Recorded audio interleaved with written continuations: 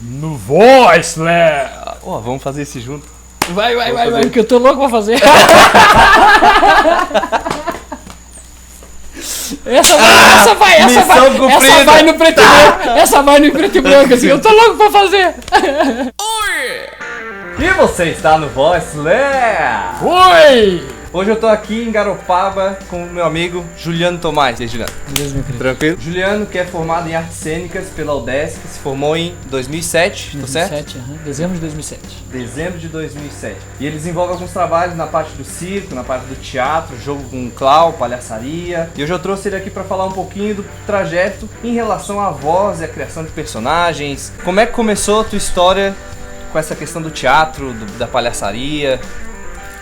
Então, isso é engraçado, né? Porque começou muito antes de eu tomar consciência de que eu ia fazer isso, né? Acho que eu, desde criança, sempre fui ao circo, né? Meus pais sempre estimularam isso, a gente a buscar cultura e tal, e a gente sempre foi ao circo, e sempre que a gente ia ao circo, a gente voltava imitando os palhaços, imitando os, né, os personagens e tal, querendo fazer igual. E então eu sempre tive essa ligação, né? E a partir daí, da imitação, dessa brincadeira de criança, foi se ampliando esse interesse.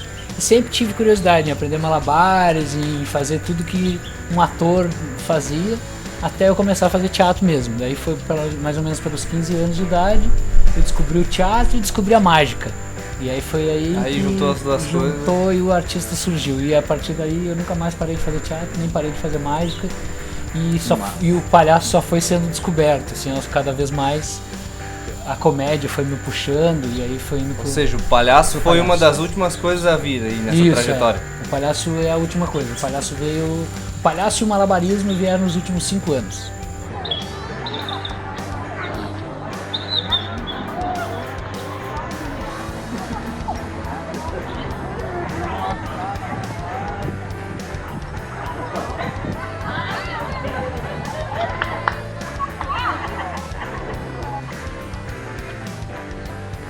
Ai, ai, ai.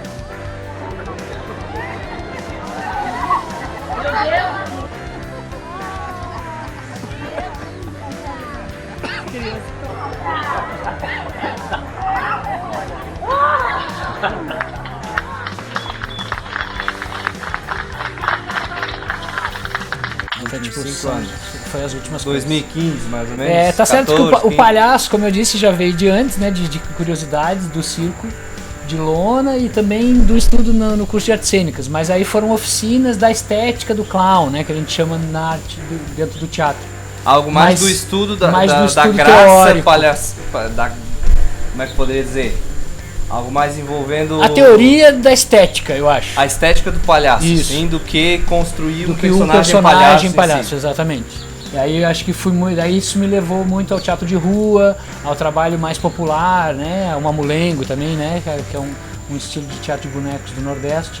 E aí a partir daí que vem a comédia e vem a vontade de ter o meu próprio palhaço, né? Ter um palhaço, um personagem que eu chamasse de palhaço, que hoje é o Chulé. Como é que foi, pensando assim, que a gente está no Voice Lab, então vamos falar de voz. Sim. Como é que foi o preparo vocal, né? Pensando na parte da voz, durante a faculdade, por exemplo? Tá. Bom, assim, acho que chegamos é legal, eu gosto até de estar aqui, até o convívio contigo, tu sabe disso, né? É um ensino bem importante pra mim, que foi a última das coisas, né? Tipo, a voz pra mim sempre foi uma dificuldade, né? Eu sempre tive dificuldade, apesar de antes, né? Acho que quando a gente era mais novo, se arrisca mais, né? Tipo, tem menos medos. E aí, quando eu fazia teatro infantil, lá na adolescência, eu me arriscava, fazia voz, fazia lobo, sou o lobo mau e tal. Até porque tem menos bagagem teórica, a gente não é tão autocrítico, né? Talvez também. Quanto mais vai estudando, parece que quer fazer algo perfeito. E aí, depois da universidade, né, até com o estudo mais acadêmico, enfim, mais teorizado, digamos assim, acaba que a gente se trava mais, né? Fica querendo explicar e justificar mais, eu acho, a nossa arte. O que é bom e ruim, né? Tem os dois lados. Seus prós e contras, né? E aí também pra mim a voz começa a ser uma coisa mais difícil. Tipo, era muito mais difícil pra mim, até por falta de subsídio no curso de artes cênicas, na minha avaliação, encontrar uma voz para os personagens. Tipo, eu achava, cada vez que eu criava um personagem novo, tipo, que voz que vai ser? Então aí, tipo, acho que acaba que ficou dificultando para mim essa teorização demais, ficou meio que bloqueando a minha construção vocal dos personagens. E do chulé vem depois, né? Tipo, acho que falando só um pouco mais da academia, acho que a academia focou muito, apesar de ser poucos semestres de estudo vocal, são 3, expressão vocal que tinha no currículo quando eu cursei. Acho que eram mais orientações fonoaudiológicas do que, né, de cuidados com a voz, de como tratar ela, como não forçar, como usar, o que usar ou não usar. Uma preocupação mais com a saúde do corpo do que com o aprendizado técnico de voz. Exatamente. A gente teve na minha turma especificamente, teve um momento ali que vagou a disciplina de voz e entrou a professora do curso de música, que era uma professora de canto clássico, de ópera, que aí a gente teve uma orientação maior em relação ao uso da voz artisticamente. Mas num semestre de universidade, acaba que são 4 meses efetivamente de aula, é muito pouco tempo para um trabalho aprofundado. 4 anos? Um curso de 4 anos e meio. Para 4 anos de teatro, um semestre de voz. Um semestre de voz concreto, digamos assim, né? Acho que foi pouco e eu não consigo dizer que eu tive material suficiente para poder, eu me formei, sou formado em expressão vocal, digamos assim. Sim. Que tá no meu currículo, mas eu não acho que eu não tenho essa formação ainda. Acho que eu precisaria fazer alguns cursos no Voice Lab, com o Google. Aí, ó, quem sabe. Ou seja, tu está dizendo que falta um certo ensino na voz, no caso um aprofundamento no estudo, né? Isso, que te dê a liberdade tanto de manter a saúde da voz, quanto de criar coisas tanto com conhecimento, seja como diretor, como professor ou como ator, um conhecimento para me cuidar, né? Cuidar e orientar meus atores, meus alunos, como um que seja útil para a cena em si, para a prática do teatro, da criação com a voz. Para sair um pouco daquela coisa isso natural. É o que eu menos tive, digamos. Entendi. A parte técnica de usar a voz como ferramenta de criação, acho que é a coisa que eu menos tive, né, que eu posso dizer. Em relação até ao cuidado da voz, a saúde da voz, acho que não foi um estudo razoável, né? Não foi um estudo ruim nem tão bom, mas foi um estudo que tu leva, que eu consigo, mas que ele não te dá liberdade para fazer o que tu quiser em questão de criação. Isso. Juntando tudo isso, como que tu chegou, ou se tu já chegou, na voz que seria a atual do chulé, ou como foi o trajeto para tu construir a voz do chulé? Entendo. Vamos lá.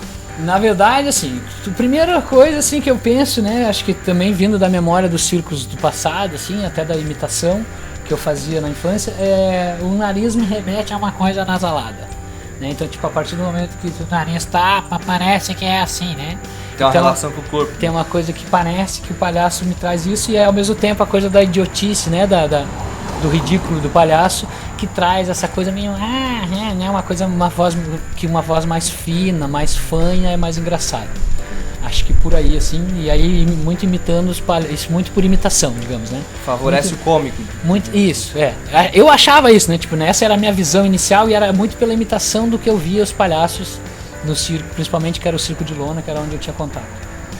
E aí, claro, vem essa coisa do palhaço que fala e fala alto, né? E tal. Até acho que o que me leva também me remete também muito ao teatro de rua, né? Coisa do falar alto, do ser... Tem que alcançar o cara que tá lá longe, sem microfone. Isso, exato. Eu não trabalho com microfone. É uma dificuldade bem grande trabalhar com microfone, seja no teatro, na rua, enfim, pra mim é bem difícil. E até exige um preparo eu entendo que quando o público é grande, principalmente na rua, é uma necessidade técnica hoje em dia, principalmente, porque não é mais tão caro e é possível fazer. Mas eu ainda ainda me seguro um pouco para botar o microfone. Mas me incomoda muito me ouvir. Todos nós.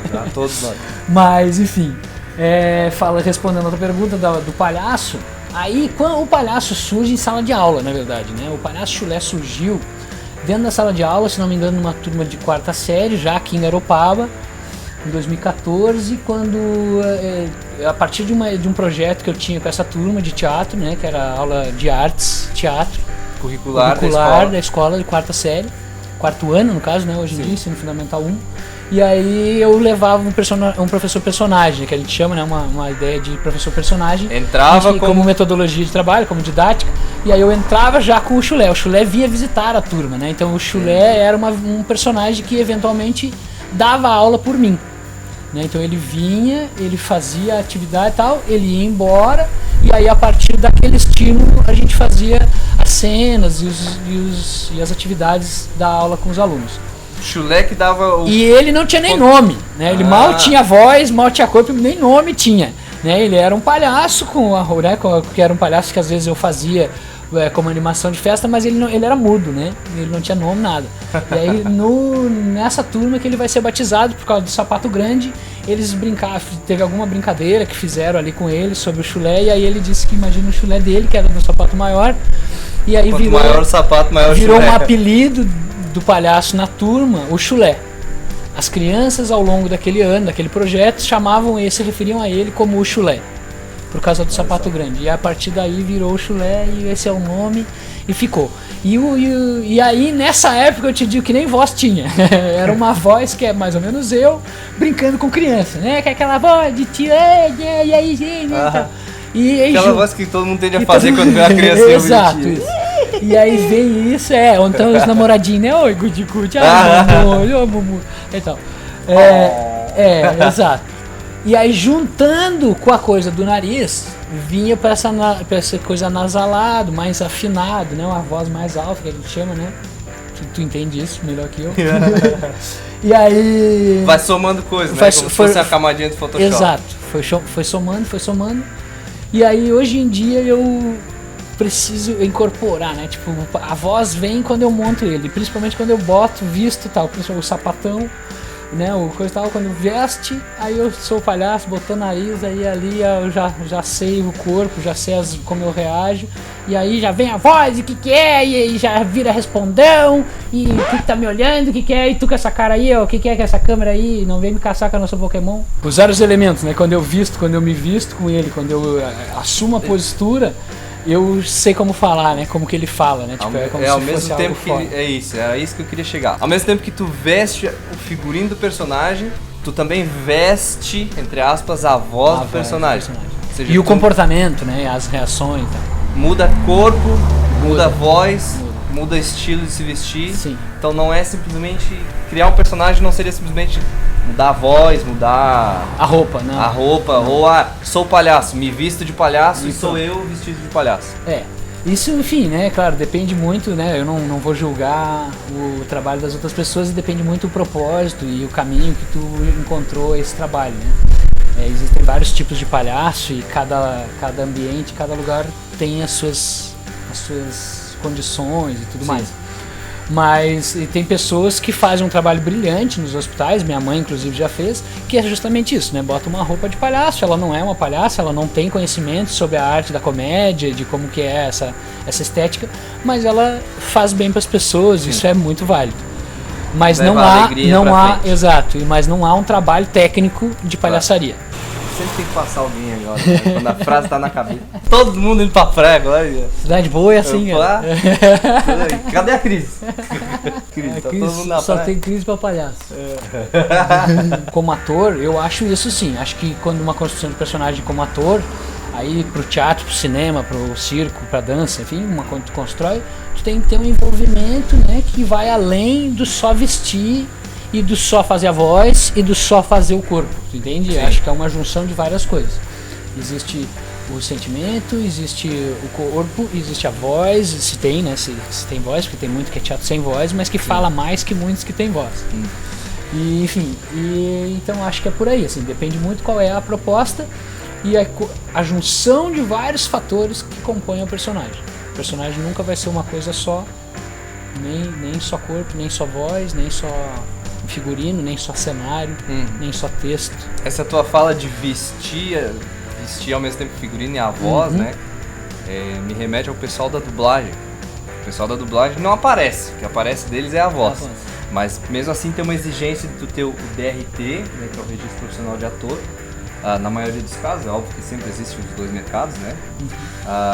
Mas porque tu precisa ter uma experiência de ator tanto no palco, enfim, de rua, a experiência de ator em geral, construção geral do personagem, para que tu consiga ver o personagem que está aparecendo ali na animação ou no filme e tudo mais, e ver qual voz que veste aquela interpretação que já está dada. Porque na dublagem já vem tudo pronto, menos a voz. Sim. Tem que pegar a voz do personagem, a tradução da voz, né, e vestir naquilo que já está feito. Acho que o mais perto do que eu trabalhei com dublagem foi até o que eu falei do teatro de bonecos, por causa da coisa de fazer a voz de bonecos fica muito mais caricata, né? É quase um desenho em quadrinho, né? Que tu consegue fazer qualquer voz serve, né? Tu pode pirar à vontade, porque os bonecos, né, são quase que eles já são algo totalmente expressivo, né? Então bem caricato, bem caricato. Então você pode, é legal que dá uma possibilidade enorme de criação, né, para fazer no teatro de bonecos, que eu acho que se aproxima um pouco da dublagem, principalmente se for no caso de teatro de cinema de animação, e daí dá para criar muito em cima da voz. Tudo é possível. Tudo é possível. Vai da criatividade de quem desenha, de quem dubla.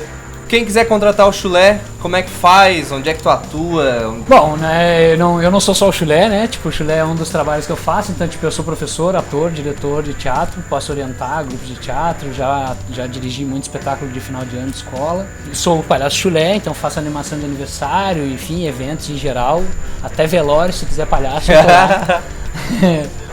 Tem gente que comemora. Qual que é o teu contato? O meu contato hoje em dia é mais pelo Instagram mesmo. Instagram, lá tem um portfólio bem legal dos meus trabalhos, fotos e vídeos. Dá pra contratar o trabalho por lá também? Dá pra contratar também, tem contato direto lá, pode me chamar tanto ali, tanto pegar o telefone, né? E aí é Juliano Tomás. O meu trabalho também pode ser de orientação, né? A grupos de teatro, enfim, tanto oficinas, workshops. Temos um workshop aí, saindo na gaveta aí de criação de personagem, com criação vocal junto. Esse tá no forno. E manipulação de objetos. Então é isso. Muito obrigado por aparecer aqui no meu canal, meu parceiro Juliano. Juliano foi meu professor de teatro também. Com muito orgulho. As palhaçadas que tem no Voice Lab aí. Essa culpa eu assumo com muito orgulho. Bom, a grande lição, acho que disso tudo, né, em relação à voz, assim, pensando pra quem tá assistindo, é que o trabalho com a voz, não só pensando na saúde da voz, né, pensando nessa coisa da voz artística, em especial fora do canto, trazendo um pouco para dublagem, teatro, é essa questão do tempo, né, que leva um tempo para tu construir, para tu encontrar, para tu vestir a voz do teu personagem. Então não é uma coisa de um dia para o outro, precisa de treino, precisa de observação, às vezes observar uma pessoa... Muita observação. Bastante, né? Observar uma pessoa, sei lá, tá num barzinho, ver alguém com uma voz interessante que pode ser usada no personagem. O trabalho do ator não vai só na questão do corpo, né? O pessoal geralmente associa com a questão do corpo. Acho que a voz entra também nesse processo de observação para favorecer a construção. Com certeza. E eu acho que engrandece muito o personagem. Sempre que tiver um trabalho de construção de voz junto com a construção do corpo do restante do personagem, do psicológico, enfim, acho que o personagem fica melhor. É isso aí. E se você gostou desse vídeo, compartilhe nas suas redes sociais para ajudar no crescimento do canal, para divulgar o trabalho do Juliano, para divulgar o trabalho com a voz. A gente precisa levar o conhecimento de voz. Para quem quiser aprender voz, a gente quer levar o conhecimento da voz, certo? E se você ainda não fez a sua inscrição aqui no canal, é só clicar no botão ali embaixo. Aqui, ó. E se inscrever aqui no canal para receber os novos vídeos aqui no Voice Lab.